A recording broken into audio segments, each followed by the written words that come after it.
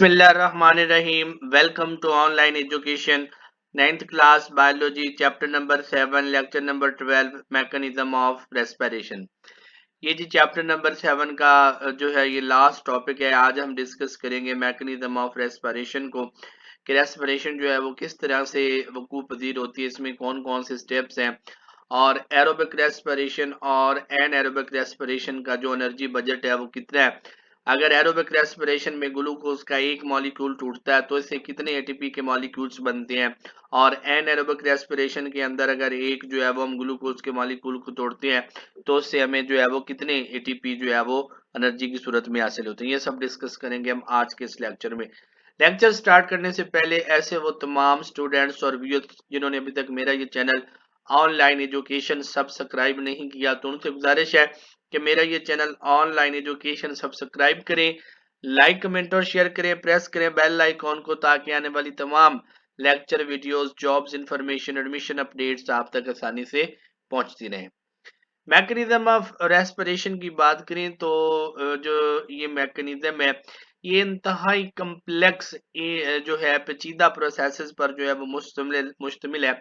हम अपनी अंडरस्टैंडिंग के लिए जो है ना वो इसको डिफरेंट पार्ट्स में जो है ना वो तकसीम कर सकते हैं, जिसमें ग्लाइकोलिसिस है, ये पहली स्टेज है मैकेनिज्म ऑफ रेस्पिरेशन की, और इसके बाद जो है वो क्रेब्स साइकिल है, और लास्ट में जो है वो इलेक्ट्रॉन ट्रांसपोर्ट चेन है। तो वन बाय वन जो है वो हम इन स्टेप्स को डिस्कस करते हैं।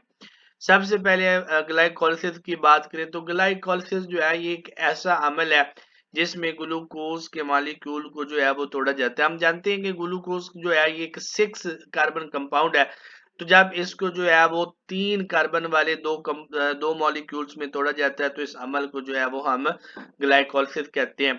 ग्लाइकोलिसिस का अमल जो है ना ये साइटोप्लाज्म में जो है वो होता है। तो इस तरह से जो है वो ग्लाइकोलिसिस के दौरान 6 कार्बन कंपाउंड यानी जो ग्लूकोज है ये टूट कर पायरोविक एसिड के 2 मॉलिक्यूल्स में जो है वो तब्दील हो जाता है। पायरोविक एसिड जो है ये 3 कार्बन वाला जो है वो कंपाउंड है। इसके बाद क्रेब्स साइकिल की बात करें तो जो पायरोविक एसिड है वो अब क्रेब्स साइकिल में एंटर होता है, और इसमें जो है वो इसकी मुकम्मल ऑक्सीडेशन जो है वो कर दी जाती है। इस दौरान एटीपी बनते हैं, NADH बनता है, और FADH2 जो है ये क्रेब्स साइकिल के दौरान बनते हैं। क्रेब्स साइकिल में दाखिल होने से पहले जो है ये पायरोविक एसिड को एक 2 कार्बन वाले कंपाउंड जिसको हम एसिटाइल कोएंजाइम कहते हैं उसमें जो है वो तब्दील किया जाता है।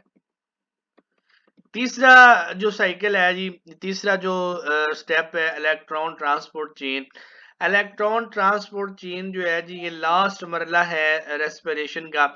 इसमें जो है वो इलेक्ट्रॉन्स को एक इलेक्ट्रॉन ट्रांसपोर्ट चेन पर जो है वो मुंतकिल किया जाता है, और इस मरला में जो है वो NADH और FADH2 जो है इलेक्ट्रॉन्स और हाइड्रोजन आयंस को जो है वो खारिज करती है। इसके बाद जी इलेक्ट्रॉन्स जो हैं ये एक इलेक्ट्रॉन कैरियर के सिलसिला में से गुजरते हैं, और इसी दौरान इन इलेक्ट्रॉन्स में मौजूद एनर्जी जो है वो एक्सट्रैक्ट कर ली जाती है, खींच ली जाती है, जिसकी मदद से जो है वो एटीपी बनाए जाते हैं। और इस सिलसिला के आखिर में जो है वो इलेक्ट्रॉन्स और हाइड्रोजन आयंस मॉलिक्यूल्स जो है ये ऑक्सीजन के साथ मिलते हैं, और मिलकर जो है ये पानी बना देते हैं। फ्लेविन एडेनिन डाइन्यूक्लियोटाइड यानी FAD की बात करें तो ये भी एक कोएंजाइम है, जैसा कि NADH जो है वो एक कोएंजाइम था। ये 2 हाइड्रोजन लेता है और रिड्यूस होकर जो है वो FADH2 जो है वो बना देता है। ये क्वेश्चन यहाँ पे किया गया है कि ये कहना क्यों दुरुस्त नहीं है कि रेस्पिरेशन का एनर्जी खारिज करने वाला स्टेप जो है वो इलेक्ट्रॉन ट्रांसपोर्ट चेन है। तो उसकी वजह ये है कि इलेक्ट्रॉन ट्रांसपोर्ट चेन में जो है वो असल में एनर्जी खारिज नहीं होती, बल्कि ये मॉलिक्यूल्स में मौजूद एनर्जी की शक्ल को तब्दील करता है, यानी उसको एटीपी की शक्ल में ले जाता है। असल में एनर्जी जो है ये NADH और FADH2 की शक्ल में जो है ये ग्लाइकोलिसिस और क्रेब्स साइकिल में जो है वो खारिज हो चुकी होती है। इलेक्ट्रॉन ट्रांसपोर्ट चेन में जस्ट उस खारिज शुदा एनर्जी की जो है वो उसको शक्ल को तब्दील किया जाता है कि प्रॉपर जो है वो एटीपी के मॉलिक्यूल्स जो है ना वो इलेक्ट्रॉन ट्रांसपोर्ट चेन में जो है वो बन जाते हैं। तो इसलिए हम इलेक्ट्रॉन ट्रांसपोर्ट चेन को जो है वो एनर्जी खारिज करने वाला स्टेप नहीं कहते, बल्कि ग्लाइकोलिसिस और क्रेब्स साइकिल जो है ये NADH और FADH2 की शक्ल में एनर्जी जो है यहाँ पर इन दो स्टेप्स के में जो है वो खारिज होती है। इलेक्ट्रॉन ट्रांसपोर्ट चेन में जो है बस खारिज शुदा एनर्जी की जो शक्ल है उसको बदला जाता है। ये मैकेनिज्म दिखाया गया जी, ये ग्लाइकोलिसिस है जी, ये ग्लूकोज का मॉलिक्यूल है जी, 6 कार्बन कंपाउंड, और ये 2 पायरोविक एसिड के मॉलिक्यूल्स में टूट गया और इसके साथ ATP और NADH जो है वो भी आए। अब ये पायरोविक एसिड है, ये अगले मरले में दाखिल होगा जिसको हम क्रेब्स साइकिल कहते हैं। तो ये बनाएगा 2 कार्बन वाला कंपाउंड जिसको हम एसिटाइल कोएंजाइम कहते हैं। Acetyl coenzymes further break down पर जो है वो कार्बन डाइऑक्साइड, ATP और NADH वगैरह बनाएगा।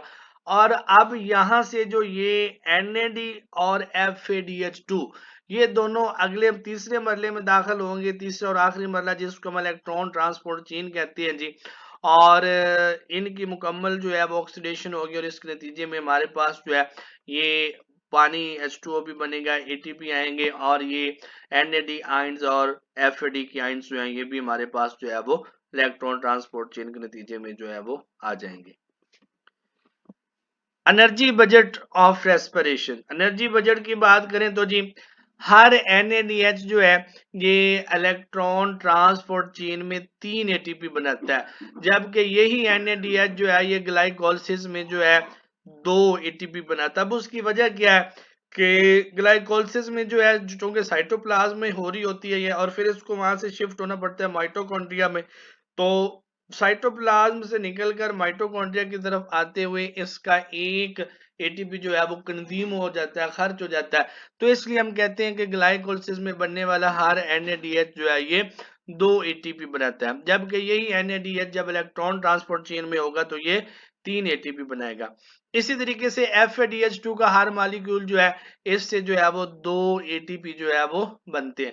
अब इससे हम जो है वो मालूम कर सकते हैं कि एरोबिक रेस्पिरेशन के अंदर ग्लूकोज का अगर एक मॉलिक्यूल हो तो उससे ATP के कितने मॉलिक्यूल्स बनेंगे, और अगर एनारोबिक रेस्पिरेशन हो तो उसमें जो है वो ग्लूकोज के एक मॉलिक्यूल से जो है वो कितने ATP के मॉलिक्यूल्स बनेंगे।